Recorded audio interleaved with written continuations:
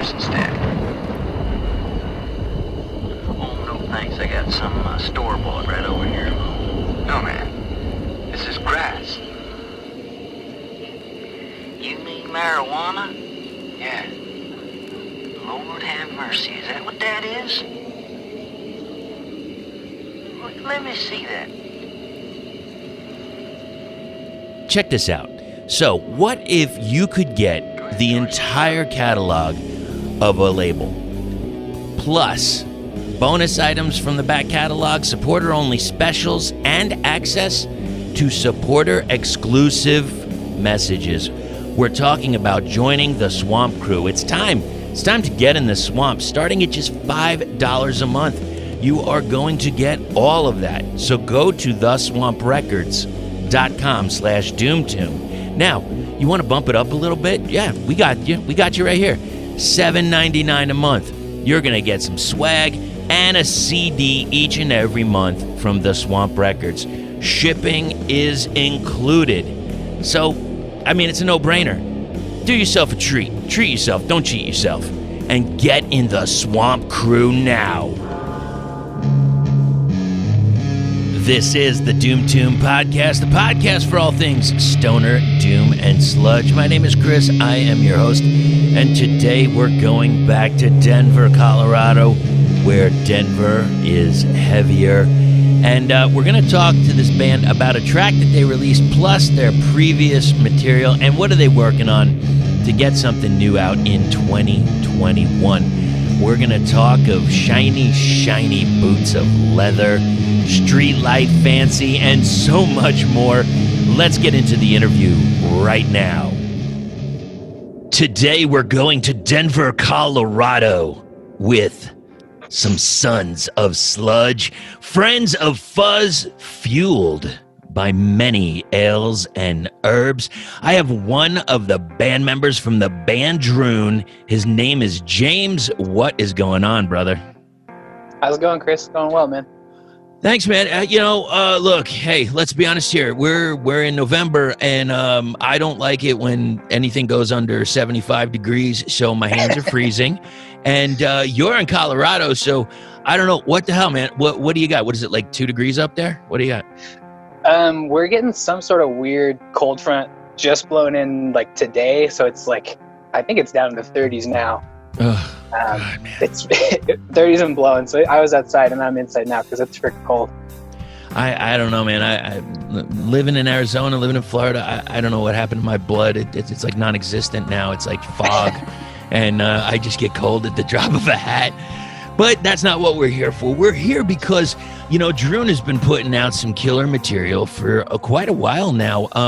Let's get a little background for that. Now, the first release that I have seen, this High Desert track, was out in 2018. But how long were you a band before that, and how'd you all come together? So, I guess to start from the top, this group was an idea I had when I was traveling around in 2014, 2015. I was in a service year program where I didn't really have any instruments with me. Right. So all I had to do was just sit and think about what I wanted to do when I got back, right, and realized that there was a lot of music that I really wanted to write, a lot of stuff in my head. And so in 2015, I moved to Denver from Portland, Oregon, where I'm from. Mm-hmm. And started just, sitting in my basement writing.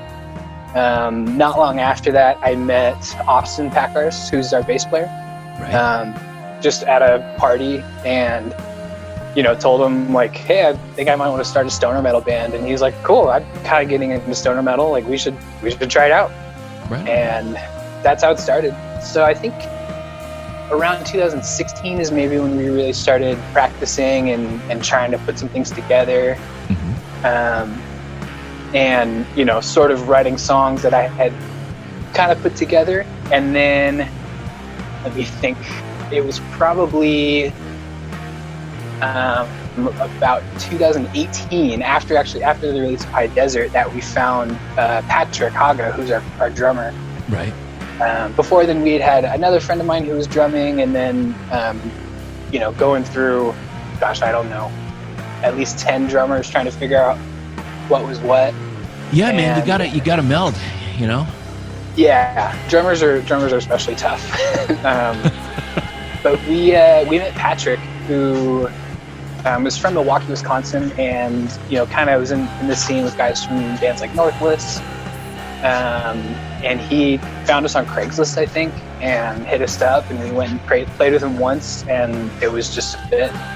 And that that trio has just been kind of getting after it ever since. We really, more than I could ever have wished, we're close friends as well as in a band together. That's awesome.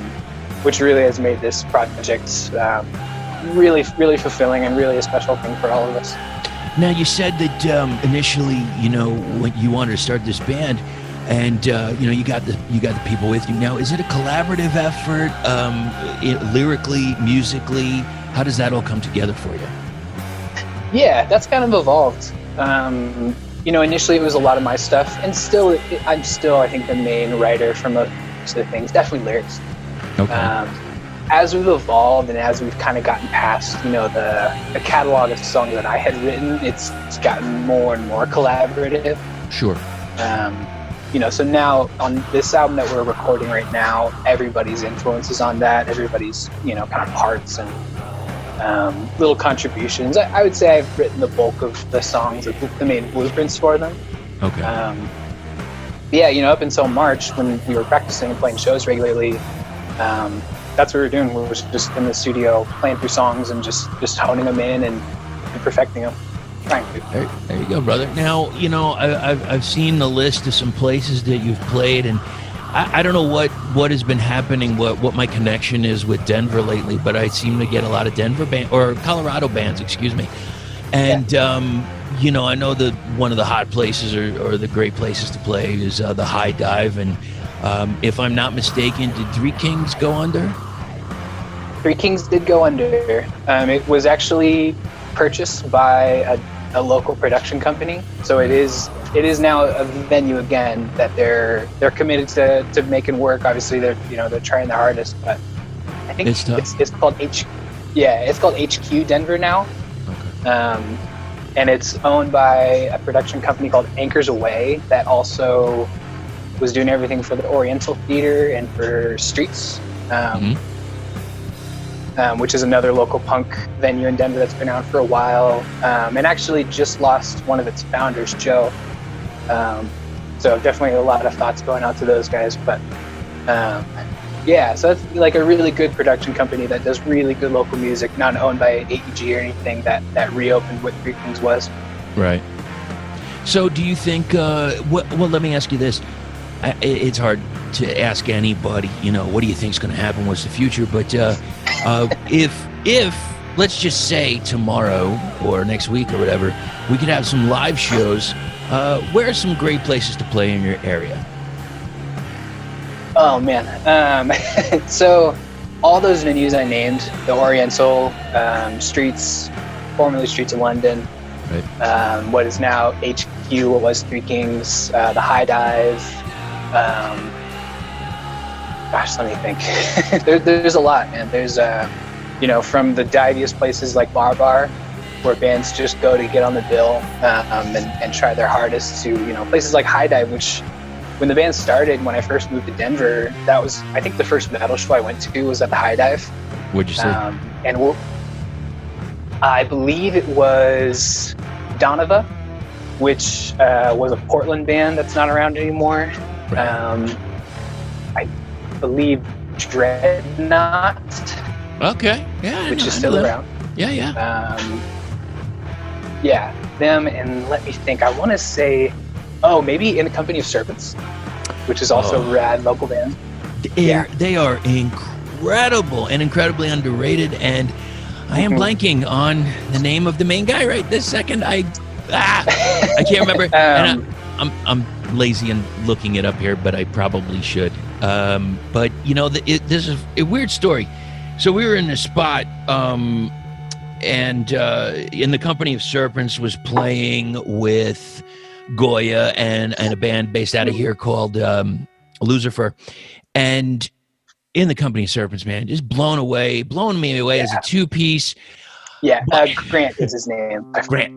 So I'm looking at this High Desert, great track, long track. You know, we've got the Doom on lock here with this desert kind of feel. Is it on the cover? I see some stuff on the ground. Is there any symbolism behind the circles? Not inherently. It was, it was a really cool picture that Austin actually took. Right. On a trip of his, and it just, when I saw it and we're getting the release ready, it just kind of hit me. Where is it? So I believe it's in Hawaii, actually. Okay. It looks like something Not necessarily that we don't understand anymore, that I don't know. But yeah, it's a little bit, I think there's some of the themes of that song are about the DNA in nature and the things kind of cycling around and flowing around and trying to tap into those things. And so that was part of it too, was just symbols that appear that meant a lot to whoever created them, but now we kind of we wonder and we try to explore what they are. Yeah. Now, as you were telling me earlier about your journey in creating the band and forming everything, High Desert seems so much more personal now as I talk to you, because I got this feeling of it was a desert journey, and as you say that, I'm like, yeah, of course it was. It makes the perfect. And plus, if you read the lyrics, which please go over to Bandcamp, pick it up, and you might understand more about what the actual journey could be. Mm-hmm. We'll just leave it at that right there. Yeah, it is definitely a song about a journey. Yeah, that is intentional. All right. Yeah, it could be either one, sativa or whatever. All right, so we are going to go forward to Seer by Drune, and 3 tracks, all very expansive. Now, what can you tell me first off about the artwork? We've got some kind of minimalism going on here. Yeah, so that was a friend of Austin's. I apologize, I'm not remembering his name off the top of my head, but he's also a great musician himself and a really cool artist. And that drawing that he does is really, really great, detailed, pen drawings that. To me, I'm really into mapping and design, and it sort of looks like mapping. It almost looks like topography, but yes, in this kind of psychedelic way. And it just fit with a lot of the imagery, the sketches that I had done early in the band, kind of trying to visualize the music I was hearing. And there's a little bit of Nordic heritage and mythology kind of running through there, so it fit that for me. Just being lost in some deep cavern with huge mountains that are covered in ice around you, like all that shit. It just stuck with me.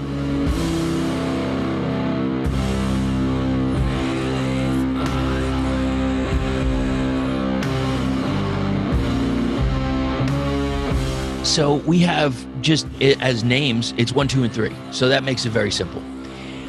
So in track 1, getting this floatiness in a way up until about like that 2:30 mark, where everything kind of changes, and then even at like that 4:30 mark, I get that nice voice change. What can you tell me about this first track?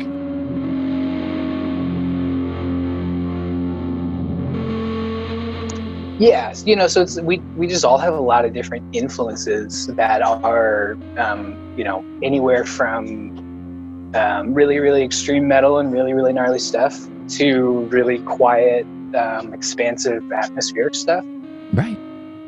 That's sometimes totally metal, and there's a lot of it in there. So I just, when we were making that, I was a little tentative, but wanted to be honest to the music and start a heavy album with a really kind of light, quiet guitar riff.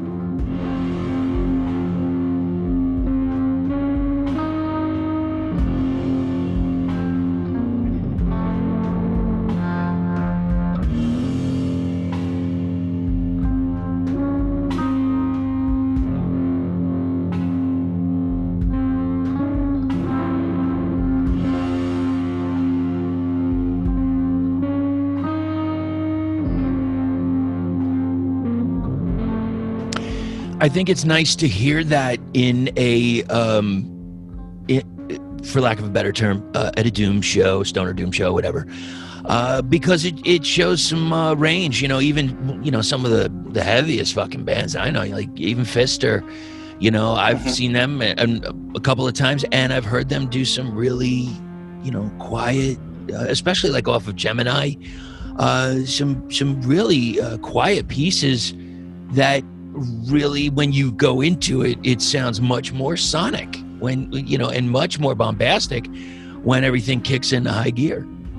Yeah. I love those guys too. Fister, we opened for them like a couple years ago in Colorado Springs. One day I'll get to interview them, hopefully, sometimes. Yeah, that'd be awesome. I love. Last time I saw them, they came around here and they did it was like a 10-year Decade of Depression tour, and they had all the cover songs, which it sounds crazy to see a Metallica track or a Slayer track coming out of those guys, but it fucking works. It plain old works. Cool.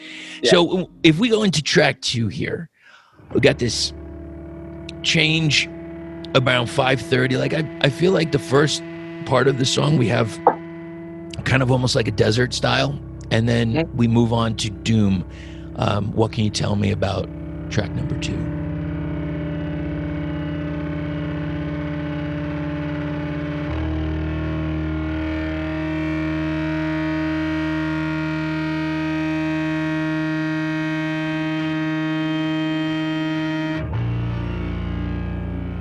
Yeah, that's one of those songs that, similar to High Desert, at least the first part of High Desert, they're these songs that, the lyrics are very sort of this psychedelic struggle, and really playing it is like such a struggle because it's, so slow, and there's some notes that just come in these funny times, and I think it's you feel that pull when you're listening to the song.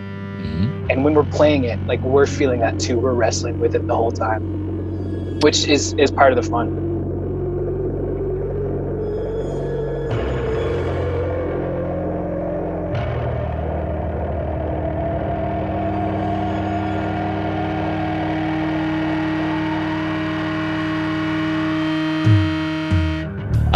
And that shows some stuff. So, okay, so before we go into the next track, we're talking about some long songs here.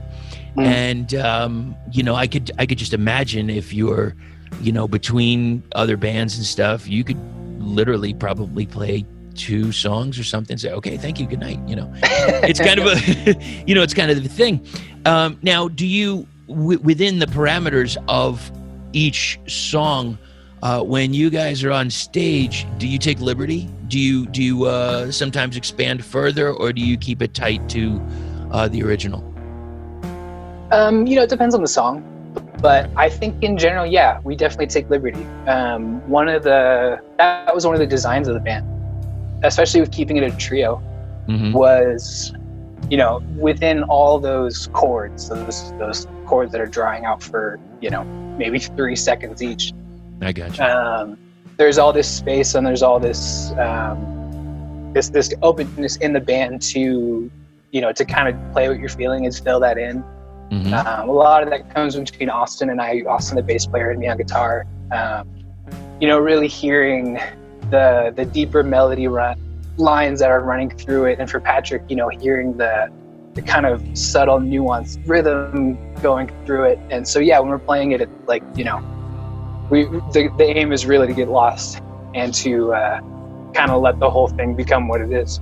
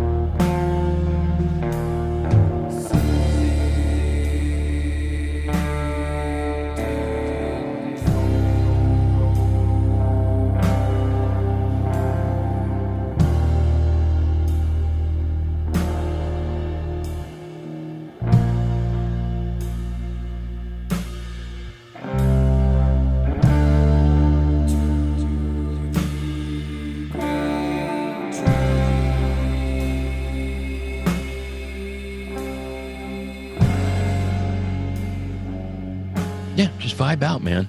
And we'll move forward to track number 3. There was something changing on the 3-minute mark, but through track 3, I felt like there was this consistent feeling of longing for knowledge. What can you tell me about it? Yeah, cool. That's really interesting that you picked up on that. So in the whole story of the album, songs 1 and 2 are very, again, psychedelic, fantastical, the story of someone having this crazy vision. And if you can imagine, they're, hiking alone in the woods and they suddenly get like sucked up into some sort of dimension where they're looking at all these overlords like that, just total fantasy. And then number 3 is sort of that person gets sent back down to earth, and now they have to live back in reality, back in earth, as plain as it is, after seeing all they just saw. Okay. And so there's this in the song, there's this sort of reckoning of danger and reckoning of the long journey ahead, right. And how sort of toilsome it's going to be, even though again, in the first 2 songs we were brought to this just incredible vision and landscape and calling. And I think that's sort of cyclical of how I feel in life, is that I'm, you can get just really inspired and really in these amazing artistic moments, and then on the other side there's life is long and hard sometimes, and is a journey.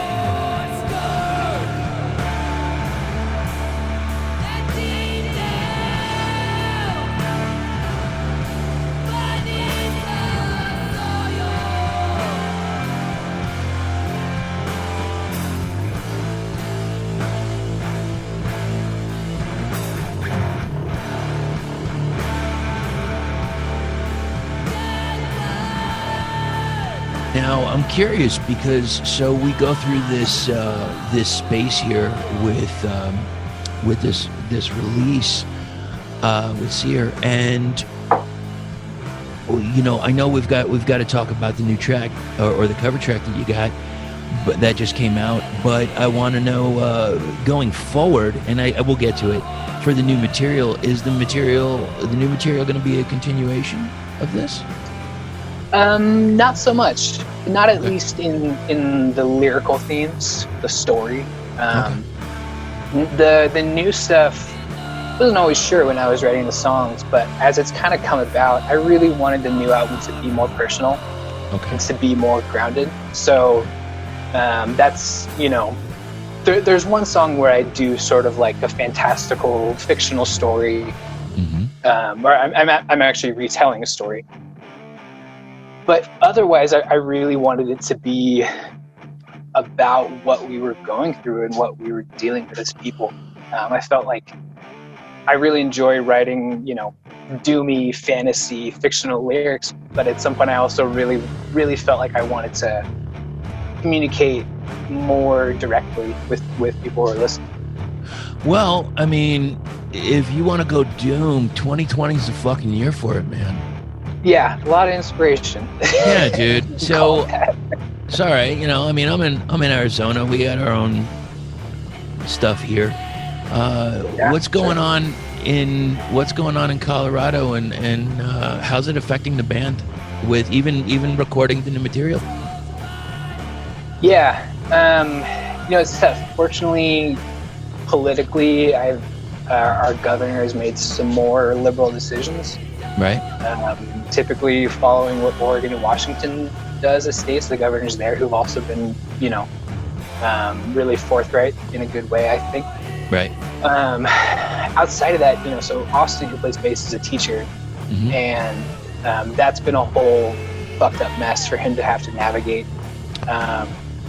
Yeah. Do they have the same? Does he have the same thing? Because I was talking to somebody yesterday, where they said once they get to a limit of children that have COVID, they have to shut it down. Is it similar in Colorado? Yeah, definitely. And really the toughest thing has been the education administrations in different counties. Right.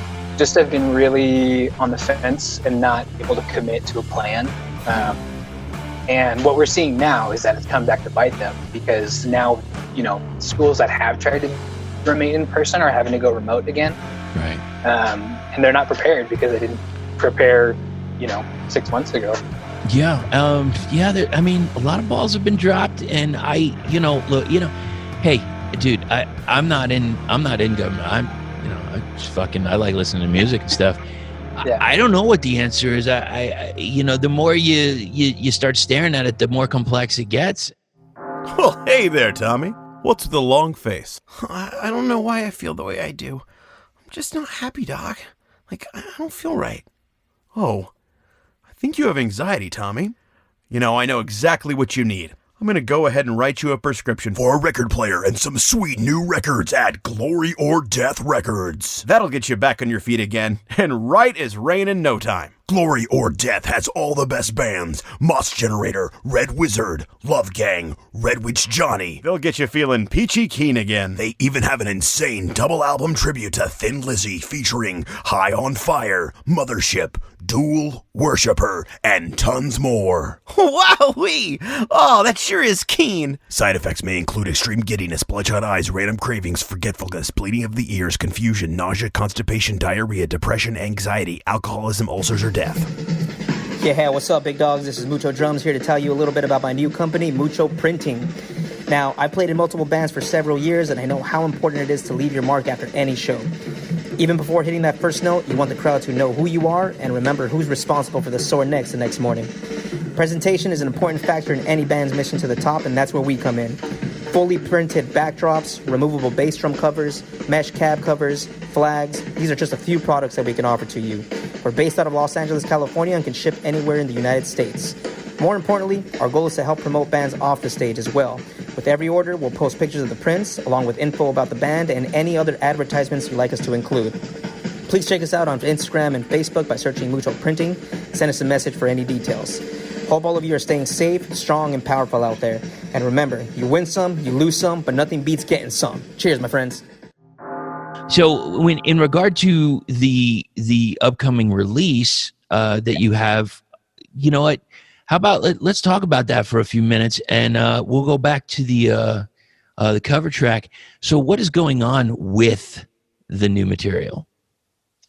Yeah, so we decided pretty early that we were going to... So Austin and I live together along with his fiance, and Patrick Haga lives with his wife. Right. And we decided somewhat early on that we were going to be safe. Austin and I and Patrick weren't in each other's circles, so it just wasn't best to, try and be in a studio together or try and be in a basement recording together. Yeah. And there wasn't really, if we were going to do that, the point would be to record it as live as we could. Mm-hmm. And there just didn't seem to be a safe way to do it. And so we pivoted. We, really focused on making a plan together, doing a lot of video calls. Patrick and I are tracking and producing the album. Mm-hmm. So, him and I invested in the equipment we needed. We just made a plan and decided, A, we're going to do it all ourselves. Right. We're not going to go to a studio, and B, we're going to do it remote. Mm-hmm. So currently it looks like, I go to my studio space and work with mics and track, and Patrick has his space and does drums, and Austin joins for bass, and we, meet in the middle and plan stuff out. And so far it's been good. The music has had a lot of energy, which I think comes from just our desire to play in general. And probably a little bit of fidgety. It's like there's so many things that have changed, or things that we're just not able to do, or due to the way that it was done previously. So yeah, my wife always kind of gives me some shit because I shake my leg all the time. I just want to be doing something. And, don't get me wrong, I've binge watched a shit ton of material, but it's also good to get out there, and I miss the shows just like everybody else does. Yeah, for sure. So how close are you percentage wise to finishing up some tracks here for a new release? It's a good question. Percentage wise, so we're in the early parts of tracking right now. So we're just starting to track main guitar stuff. Right. So conservatively, maybe, spring of 2021? Yeah, I would say at the latest. I think, like when I say like beginning of tracking stuff, that's on the backs of a lot of studio sessions, working shit out so that, when I get to here, I can just go in, know what I'm doing, and just get it down. I gotcha. Which is pretty weird in like a rented practice space. It's not my studio where I can just leave everything. It's a rehearsal space that I set up every time I go in, and just spend as much time as I can. Yeah. And it's been weird and tough, and it's required Patrick and I to both learn a lot. But that was a point. Well, you know what though? That's a positive. There's quite a few things that I've been learning when not going out and doing things at the home and stuff. Mm-hmm. That's my positive takeaways, because otherwise you feel like you're wallowing in fucking misery here. Now, in regards to the new material, do you think that yourself or the people that you are with, that they are doing anything different, or is anything different being brought out of your bandmates? Yeah. This album will have some really different stuff on it. Right. Genre wise, which at one point, like, we've just let go of being committed to too many like genre distinctions. Yeah. I get it. Like, it's going to be what it is, and we really like playing what we're playing, and whatever. I feel that I've been hearing a lot of that with some of the releases that are being sent. A little genre bending, and I'm all for it. Like, there, if you don't progress a genre, and I know I'm like, feel like I'm beating a dead horse, like I say this all the time. If you don't do it, you're doomed on it. Like certain genres, just look at the past genres and see where they didn't go, and then it got watered down and generic.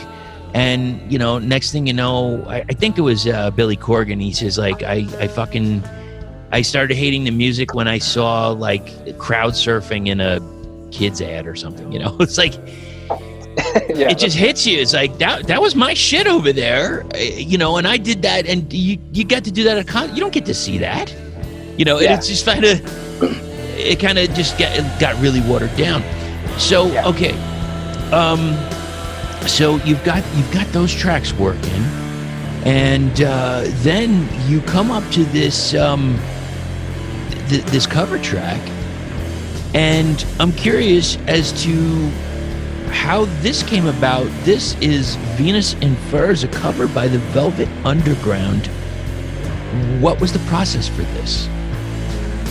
Yeah, so that's when we've been playing live for a pretty long time. It was definitely the first cover we ever broke out, and we broke it out pretty early. I always really wanted to do a cover. Right. That's something we do a lot. We have more too that we play. But yeah, that was one. I'm obviously a child of an old hippie, a couple old hippies who, made sure I was well steeped in the music from that era, the psychedelic stuff, the deep cut blues stuff, the stories really of all that. So that was music I had in my head as a kid, and something at one point, I think I was doing, maybe a little more research and trying to really learn who Nico was, and understand, like, what the hell were they doing in '67 playing drone music like this? What did that look like on stage? Yeah.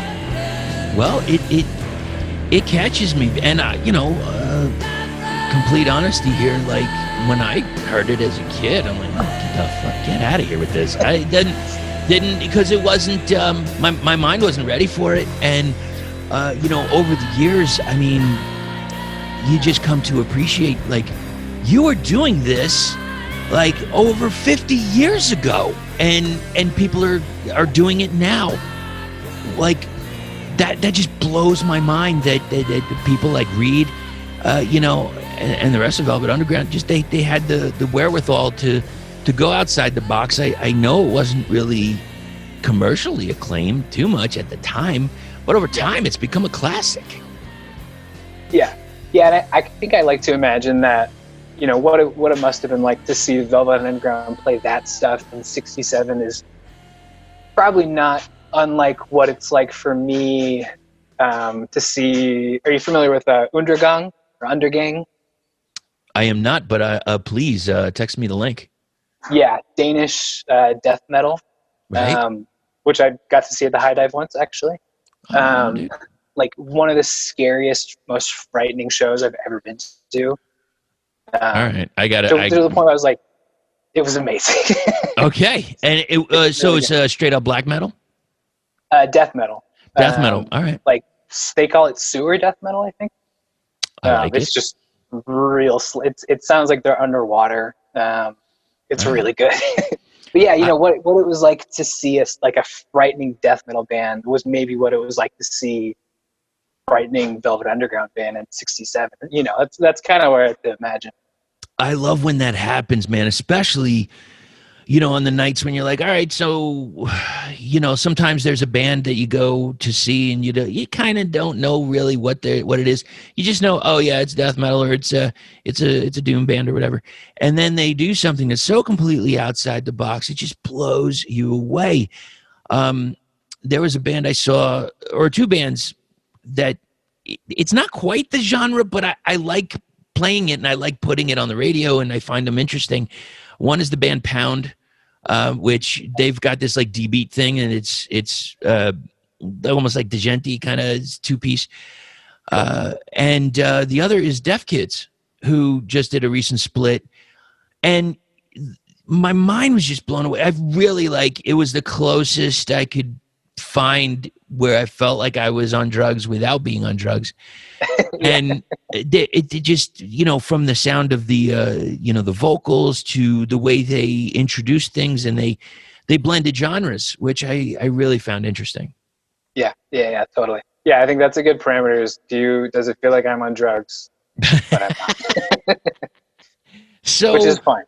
Okay, so, in hearing the cover, there was a point in it where I almost felt there was a nod to Empty Spaces by Pink Floyd.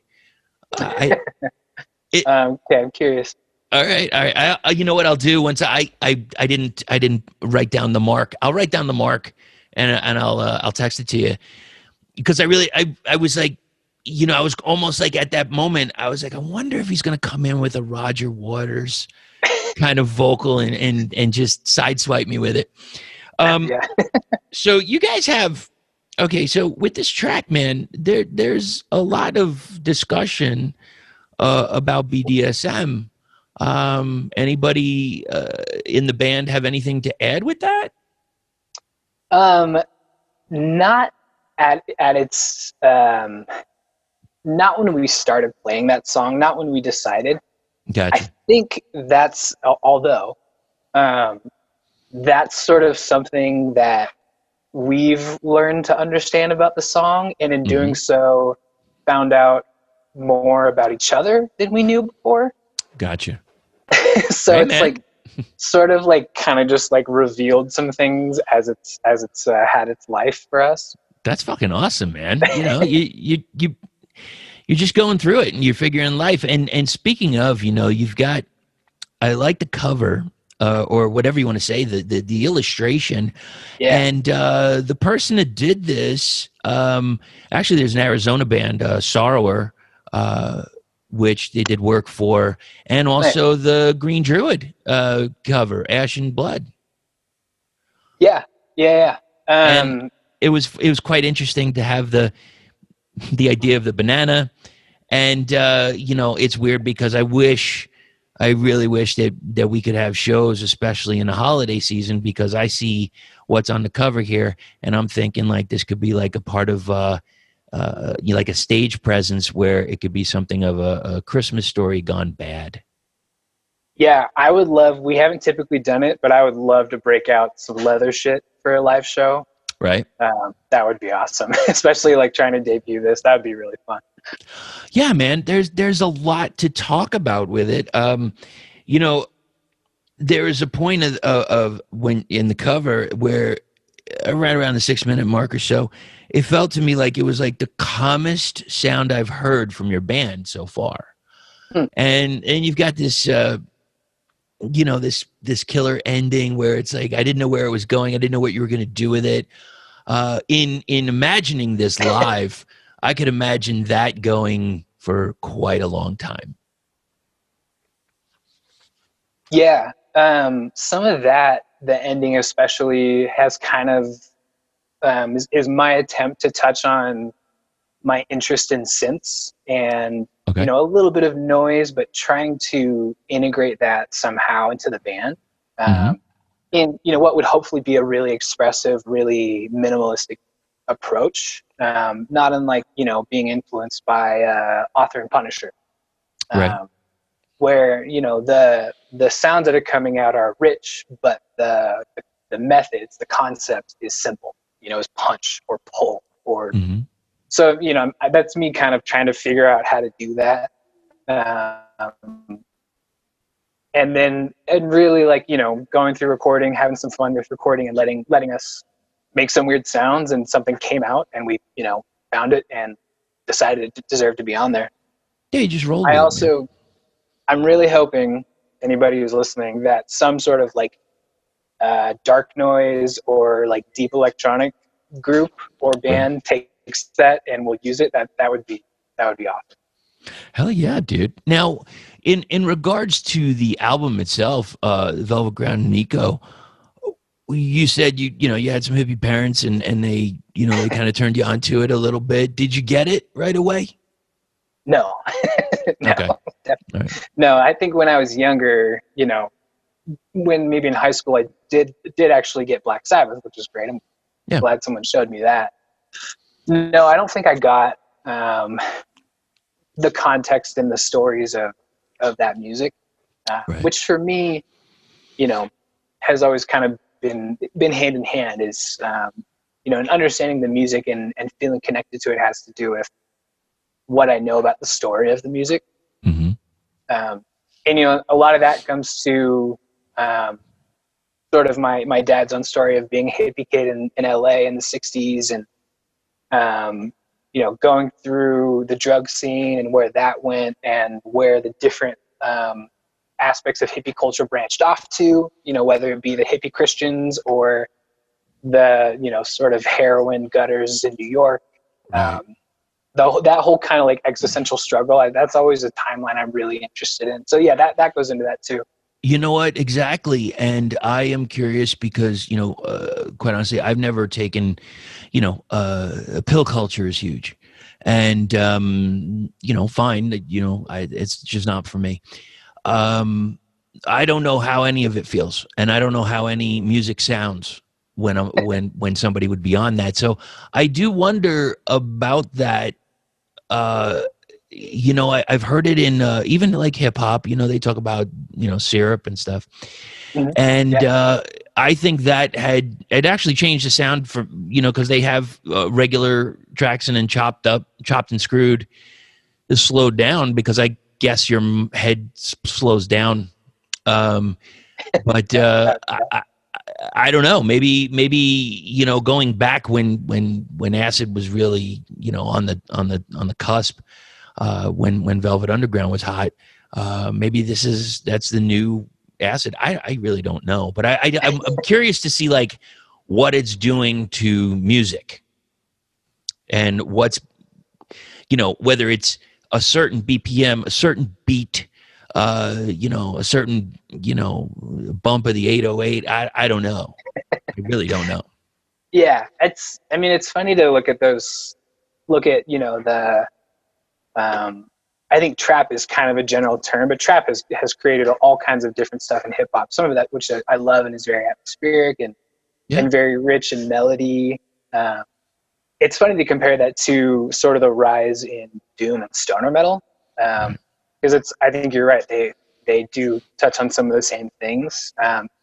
It's tough. I think looking at stoner metal bands that are around kind of where we are, and I think some people do get lost a little bit in trying to create a stoner moment, Mhm. and get a little wrapped up in that, as opposed to, you know, writing out of that and thinking about it a little more critically, I guess. Sure. I don't know. You were talking about, you know, genres and how they move, and I think the stoner metal genre is sort of on its way. That's why I think things are really evolving differently. I think, you know, I always think about hardcore bands in maybe the mid 2000s that started doing a lot of hip hop covers, Sure. and how that kind of got really played out. I think stoner metal as a specific genre is gonna see a similar day. Well, things evolve, things change, and Yeah. maybe, who knows? Maybe it'll be pill metal. I don't know, but but you know, it's just telling. You know, like I think that there is. I think Doom has a nice hold, and one of the thoughts behind it is, I was talking to somebody earlier today that I've talked to several times, and I made the I talked to him about it, and I can't get the fucking words out. And I talked to him a long time ago about Green Druid and their Will It Doom, and he takes it and runs with it. So he was like, you know, I was going through stuff when I was like, you know, growing up as a teenager, and now I'm listening to all this music, and the first thing I think of is Will It Doom? Will It Doom? And his latest foray into that was REM, specifically Automatic for the People. And he's like, yeah, I think we get some Doom out of that, man. I think we can get some Doom. So, Yeah. you know, if I can turn one person, I'm sure there's more people out there that we can bring into our fold. Now, with the Velvet Underground and Nico, were there any other songs on it that kind of really popped off for you? Yeah, there's a couple. The other that I've always loved is All Tomorrow's Parties, which is in a similar style as Venus and Furs, and that, you know, much more elongated, droney. There's a word for, you know, the type of music that's a much more ancient style of one note being contrasted by another note that's going up and down, basically. Okay. And I hear that in that stuff, you know, with one long violin drone and then, you know, a melody kind of running in and out of it. So yeah, All Tomorrow's Parties is another favorite song of mine. Interesting, man. I had that written down, and you know, in parts of it, like Black Angel's Death Song, it's like nothing prepared me for that at all. European Sun, I mean, the feedback, oh jeez. But you know, then you got some stuff that's like, you know, Waiting for the Man, you know, it's kind of got this like psych vibe. You know, obviously Heroin, we can't leave that out. And Femme Fatale for Edie Sedgwick, fucking brilliant. Which, you know, I remember the Cult doing their little thing, their little tribute as well, down the line on Sonic Temple.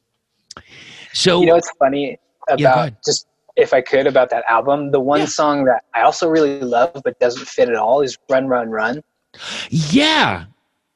Which is like this kind of like silly, almost like 50s boy band, you know, blues pop. Absolutely. Into this completely obnoxious guitar solo. That when I first heard that, I was fucking in love. I don't know why. It just is like the funniest thing. But that song's another oddball on that album. It is, and even I think the it although it's like poppy or whatever you want to say, like that 50s throw, still kind of lyrically kind of rough, you know. Mm-hmm. Yeah, totally. You know, talking about getting a fix and stuff, and you know, turning blue and etc. Yeah. So, yeah, you know, going back with, like I said, when I was younger, I was like, ugh, yeah, I don't know. I don't get it. Whatever. I got to move forward. The one thing that turned me on to Velvet Underground was Penn Jillette. Oh, okay. I'm actually not familiar. Do you know Penn and Teller? Are you familiar? Okay, Penn and Teller are, I guess, magicians, illusionists, whatever you want to say. Okay. They've been around for a long time. You might enjoy some of their stuff. They make fun of the big acts. They had a show in Vegas for a long time. Okay. And they did a movie called Penn and Teller Get Killed. And it was kind of like not underground, but it wasn't like a terribly popular movie. But I don't know. I saw Penn and Teller, and I was like, I got to watch. And one of the things that Penn Jillette, he was talking with somebody, and they were trying to create a connection. And they said something about loving the Velvet Underground. And he says, I love the Velvet Underground. And I'm like, well, if Penn likes it, like maybe I got to look back and see what I'm missing, because he, of course, he's everything from music, sure, right? And so basically, Penn Jillette got me turned on again to the Velvet Underground. Can I give you just a weird one about Penn Jillette? Yeah, go ahead. I do know who he is. I Googled, because I'm keeping a list. I figured I would learn something in this podcast and nothing else. So, so there's a show on HBO I really love called Crashing with Pete Holmes. Yeah. The all about the comics and such. Yeah. Yeah, I think it's early in season 2. Penn Jillette shows up in a bar, and they have an incredible conversation about God and religion and belief. Yeah, I don't know if he's still doing his podcast. He has a lot that he talks about. I forgot what it was, Sunday something podcast. Yeah, he's got it. He's got his beliefs. Go for it, dude. And he's, and changed his life around. If you saw pictures of him previously as to now, it's like, it's hard to say he's two different people, because, he's 9'10". And, he's only going to look as different as he can, but he's lost a mad ton of weight, transformed his life. And if there was somebody that you kind of want to say, wow, that guy, he's got something, man. Just something like you can imagine, all you have to do is say a word, and 4 hours later, he'll still be talking about it. Yeah. Never at a loss for words.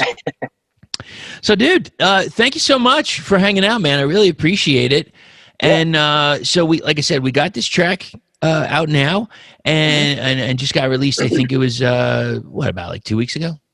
Yeah, it was October 30th. Right on. And now we got this other one coming up sometime in, let's just say the first quarter of next year to be safe. Yes, I think that's right.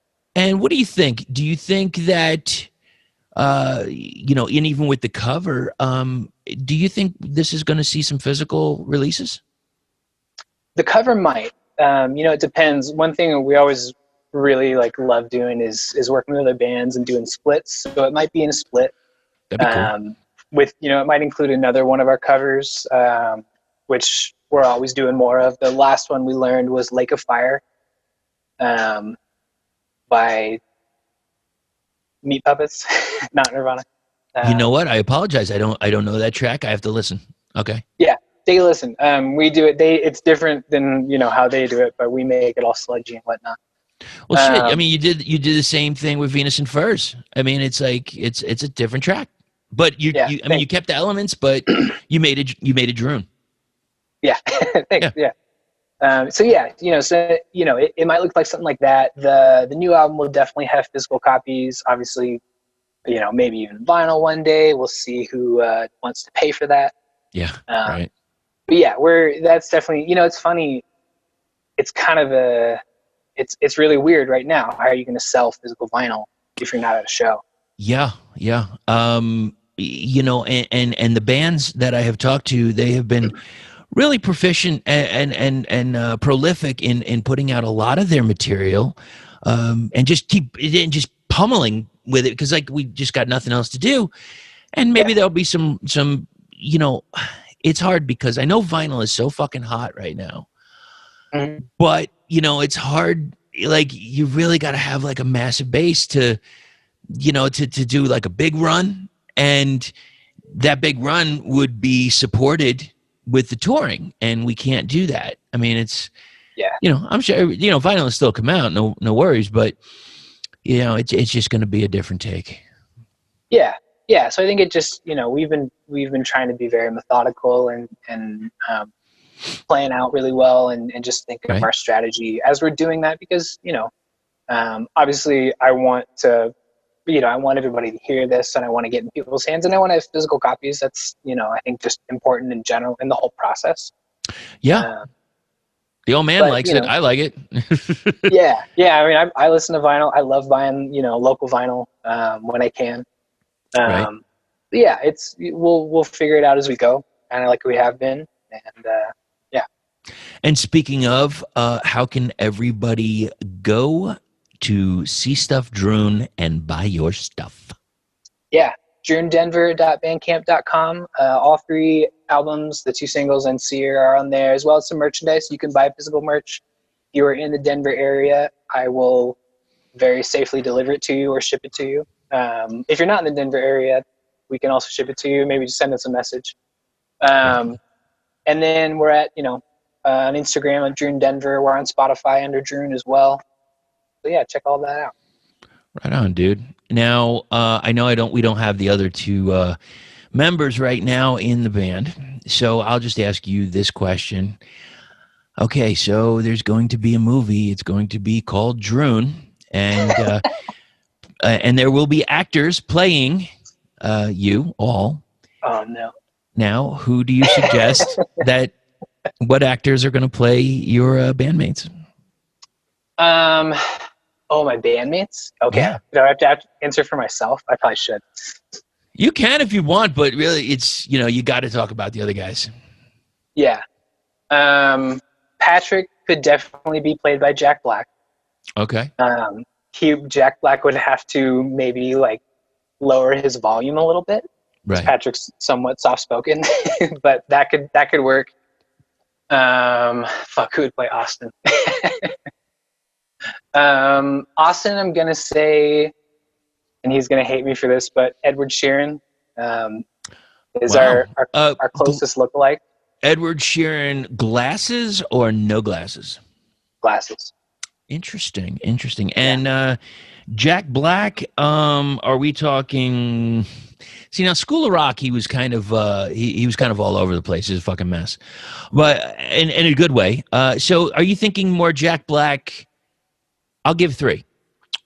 More Jack Black, Nacho Libre. More Jack Black, High Fidelity. Or what was the movie he was in with Jason Biggs? It was and Amanda Peet. No. Gosh, it'll come to me. Okay, so it's those 2, or I'm looking right now. I'm trying to see if it. Oh, you know what? We'll go something different, or Jack Black in The Holiday. I'm gonna go a mix between Jack Black in High Fidelity and Jack Black in the first 15 minutes of School of Rock. Right. Just because Patrick is a giant stoner, although he's actually a fucking lawyer and really smart, so he's not a deadbeat. But he is a fucking stoner. So Okay. I'm gonna go a mix of that. Okay, now I apologize. I found the other. It was Saving Silverman. Oh yeah, I love that. When they did the Neil Diamond cover band. Yeah. Yeah. I love that movie. So will there be a Neil Diamond cover in the next Drune release, do you think?